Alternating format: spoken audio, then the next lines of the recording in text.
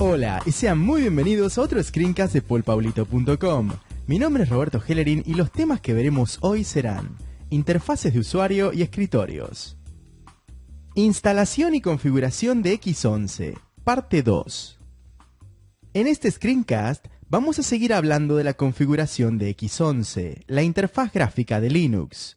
Vamos a explicar lo que es un servidor de fuentes X, cómo iniciar el servidor X y cómo crear un nuevo archivo xorg.conf.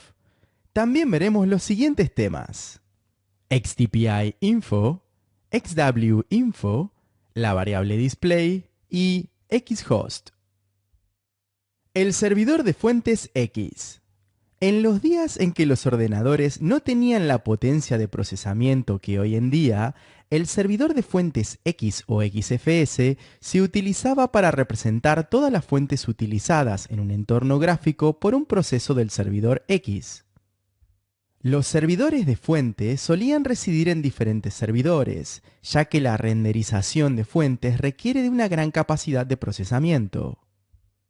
Si un servidor de fuentes no hubiera sido almacenado en un servidor independiente, este hubiera disminuido enormemente la capacidad local de procesamiento.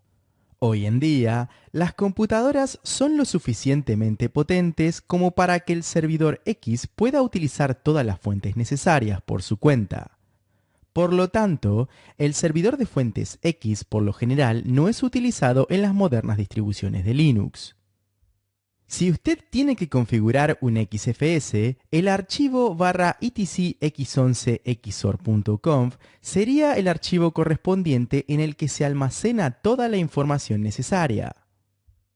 Por ejemplo, usted almacenará la ruta de acceso a XFS en una sección dentro de este archivo llamada Files.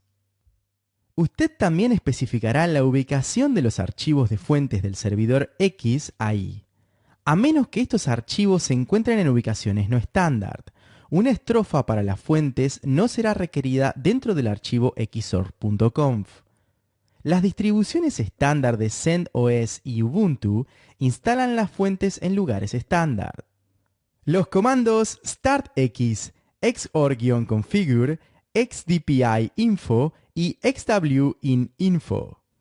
Cuando X está instalado en un sistema Linux, el arranque del sistema le ofrece al usuario automáticamente una pantalla gráfica de login. Cuando no hay un gestor de pantalla configurado, el usuario puede ver una línea de comandos de inicio de sesión en lugar de una pantalla gráfica de login. Esta es exactamente la situación que se ve en el ejemplo: una pantalla de inicio de sesión sin un entorno gráfico. Incluso sin un gestor de pantalla, usted todavía debería ser capaz de iniciar la interfaz gráfica de usuario desde la línea de comandos mediante el comando startx si el servidor X ha sido instalado correctamente. Vamos a demostrar esto en breve. Antes de llegar a esto, me gustaría mostrarle que desde la línea de comandos también se podría crear un nuevo archivo xorg.conf. Ya hemos hablado de xorg.conf en un screencast anterior. Para crear un nuevo archivo xorg.conf desde la línea de comandos, ejecute el comando siguiente como usuario root: xorg-configure. Tenga en cuenta que la X aquí se escribe con mayúscula. Este comando creará un archivo llamado xorg.conf.new en el directorio /root que, como usted ya sabe, es el directorio home del usuario root. Si cambiamos el nombre de este archivo a xorg.conf y si lo copiamos dentro del directorio /etc x11, estaremos creando un nuevo archivo /etc x11 xorg.conf por defecto. Pero volvamos al comando startx que tenemos que iniciar nuestro servidor de X. Como usuario normal, simplemente escriba startx.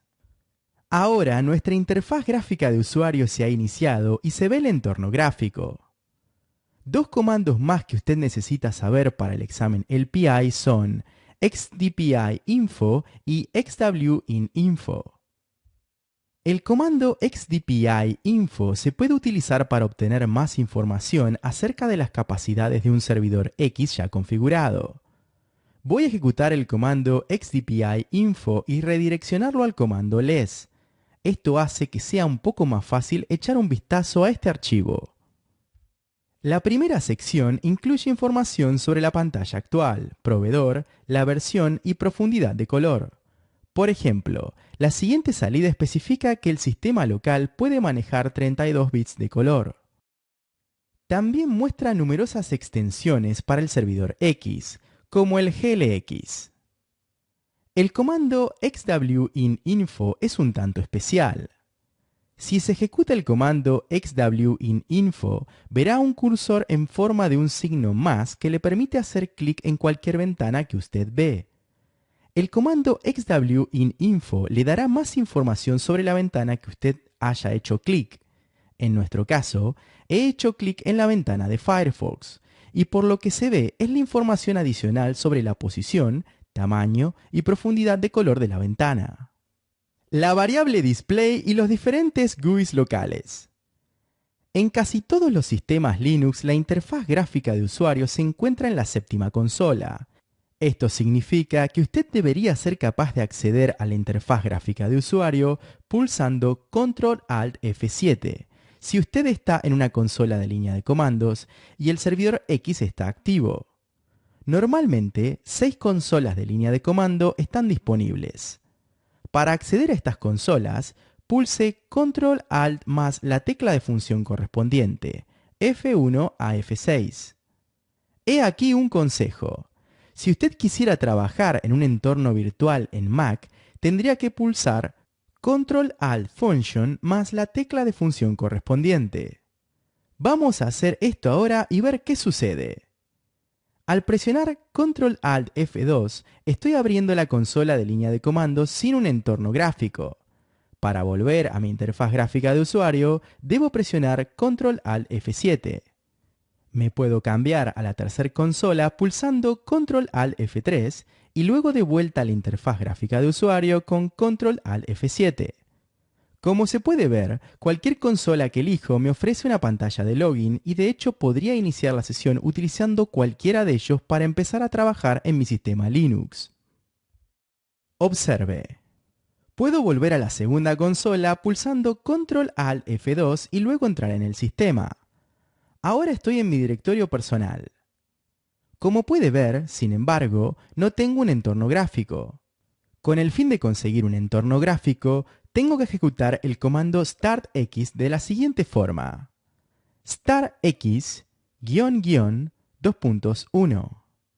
Este comando inmediatamente inicia otro servidor X en la consola 8. Ahora, puede utilizar las combinaciones de teclas Ctrl-Alt-F7 y Ctrl-Alt-F8 para cambiar entre los dos entornos gráficos. Para comprobar esto, puede utilizar la variable display, que nos muestra la pantalla que estoy utilizando actualmente. Esto es, por defecto, el valor display00. Vamos a probar esto en la primera interfaz gráfica ubicada en la consola 7. Para comprobar el valor actual de una variable, utilice el comando echo. Ingrese el siguiente comando. Echo $display.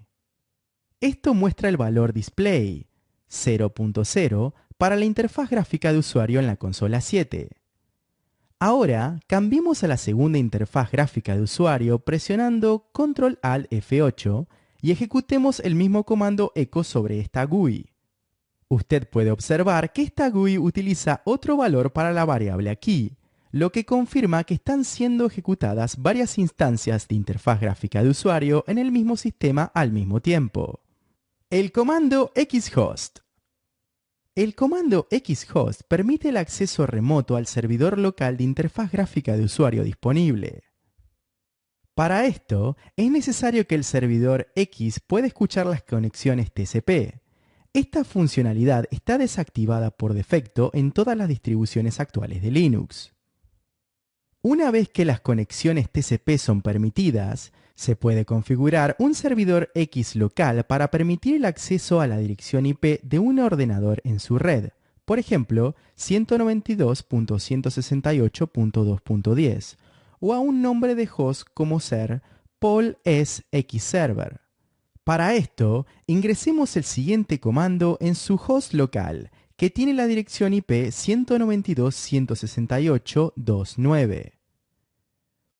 Xhost más 192.168.2.10, donde 192.168.2.10 es la dirección IP de la máquina remota.